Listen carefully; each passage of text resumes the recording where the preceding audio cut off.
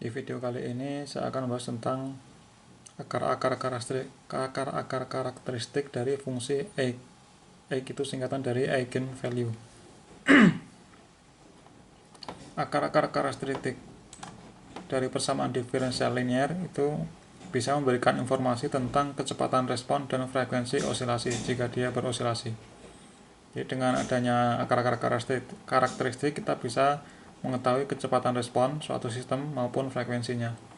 Nah, MATLAB menyediakan fungsi EIG untuk menghitung akar-akar karakteristik tersebut saat model diberikan dalam state variable form, dalam bentuk variable state. Nah, sintaknya adalah EIG dalam kurung A, di mana A adalah matriks A. EIG adalah singkatan dari eigenvalue. Nah, sebagai contoh, kita sudah punya persamaan diferensial linear, ini order 2 karena ada dua persamaan. Sudah dinyatakan dalam bentuk state variable. Nah, x1 dot sama dengan min 3x1 tambah x2. Kemudian x2 dot sama dengan min x1 dikurangi 7x2. Nah, kita bisa buat matrik A-nya yaitu minus 3, 1 dan min 1, min 7. Nah, untuk mencari akar-akar karakteristik itu kita bisa pertama-tama kita buat matriknya yaitu min 3,1 kemudian semikolon untuk berpindah baris keduanya adalah min 1, min 7. Nah, pertama kita cari eigenvalue nya yaitu kita simpan dalam variabel R sama dengan eigen A, itu nanti hasilnya adalah minus 6,7321 dan minus 3,3679. Nah, time constant itu kita bisa hitung dengan cara mencari negatif resiprokal, negatif kebalikan dari bagian real dari akar-akar ini. Ini adalah akar-akarnya, karena dia merupakan bilangan real semua, berarti kita bisa menghitung time constant yaitu kita per kemudian kita minuskan. Jadi minus 1 per bagian yang realnya. Realnya ada 2, maka hasilnya adalah 0,145 dan 0,3060. Ini jangan lupa kita gunakan elemen by elemen division. Nah, setelah kita mengetahui time constant, maka kita kalikan 4. Jadi time constant yang kita temukan 2 tadi, kita kalikan 4, tetapi kita pilih yang time constant yang dominan. Yang dominan artinya dia yang paling besar. Nah, dari dua nilai ini, yang paling besar adalah 0,3060, berarti yang kita kalikan 4 itu adalah yang ini. Jadi 4 kalikan 0,3060 itu adalah 1,224. Nah, nilai dari 1,224 detik ini adalah waktu yang diperlukan dari free response untuk menjadi kira-kira 0. Jadi untuk kasus yang free response atau getaran bebas itu membutuhkan waktu sekitar 1,227 untuk mencapai nilai 0.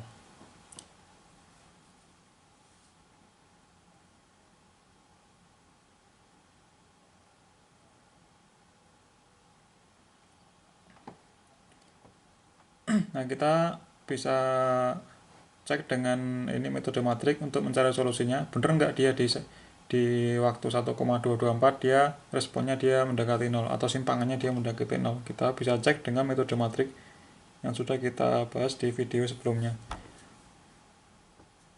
Nah, tapi sebelum kita menggunakan metode matrik, kita cek dulu nilai ini, nilai dari time constantnya apakah benar sama seperti itu. Nah, saya sudah bikin. Pertama kita buat matrik yang merupakan state variable yaitu minus 3, 1, min 1, 7. Kemudian kita hitung R nya merupakan akar-akar dari eigenvalue, akar-akar karakteristik dari eigenvalue. Kemudian kita cari time constantnya. Kemudian nanti time constant yang terbesar kita kalikan 4. Nah, benar nggak nanti R-nya itu nilainya sekian dan T-nya itu nilainya sekian. Itu bukan T tau. Tidak apa, kita kasih T nggak apa-apa, atau tau juga nggak apa-apa.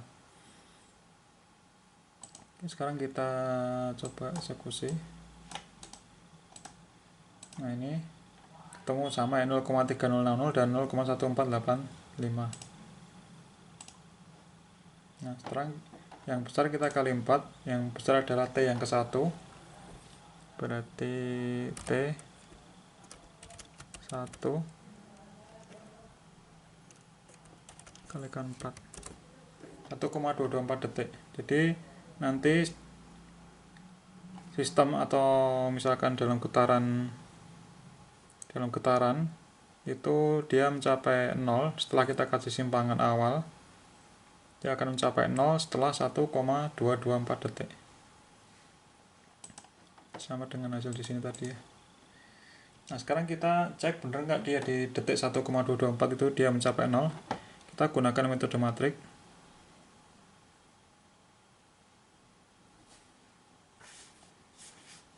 Pertama kita bikin parabol A nya dulu, min 3, 1, min 1, min 7.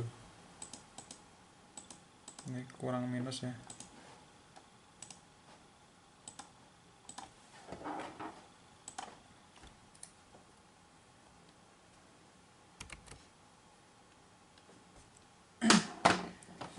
Nah, ini adalah parabol x terdiri dari 2 x dot, yaitu x1 dot dan x2 dot, kemudian a nya adalah ini, x nya adalah ini. Nah, kita buat fungsi, kita namakan dengan contoh, di function x dot sama dengan contoh t, x.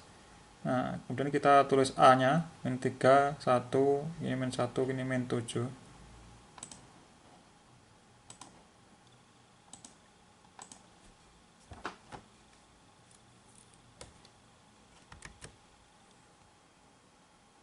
Nah, kemudian kita tulis atau kita definisikan x dot-nya, yaitu x dot-nya adalah a kalikan x perkalian matrik. Dan setelah kita bikin ini, kita panggil dengan OD45, outputnya adalah t, x, OD45 function handle contoh, kemudian dari kita tentukan aja batas waktunya dari 0 sampai 2, karena ini diketahui kira-kira nolnya itu di 1,224 detik, maka kita kasih waktu dari 0 sampai 2. Kemudian kita kasih kondisi awalnya, karena ini kita lihat x dot itu terdiri dari 2 baris, berarti dia merupakan persamaan order 2. Berarti kondisi awalnya ada 2, yaitu simpangan awal dan kecepatan awal. Ya, kita contohkan aja, simpangan awalnya 2 dan kecepatan awalnya 0. Kemudian kita plot bagian yang solusi yang simpangan. Karena dia order 2, berarti nanti x-nya ini ada 2 kolom. Kolom pertama itu menunjukkan simpangan dan kolom kedua menunjukkan kecepatan. Jadi kalau kita mau ngeplot yang simpangan, berarti kita tulis yang sumbu x-nya adalah t, sumbu y-nya adalah x untuk semua baris untuk kolom pertama. Ini sudah saya bikin juga. Yang pertama ini fungsinya yaitu a min 1, min 3,1 dan min 1, min 7. Kemudian kita tulis x dot-nya. Nah, setelah itu kita panggil dengan D45, kemudian kita plot.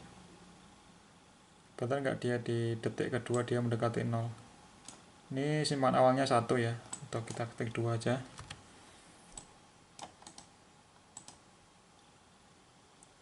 Nah, di perhitungan eigenvalue itu tadi 1,224, kita lihat di 1,2 ya, dia mendekati 0 ya emang ya, meskipun tidak persis 0, kan ini merupakan perkiraan ya, jadi kira-kira dia akan mencapai 0 di detik 1,224 ini.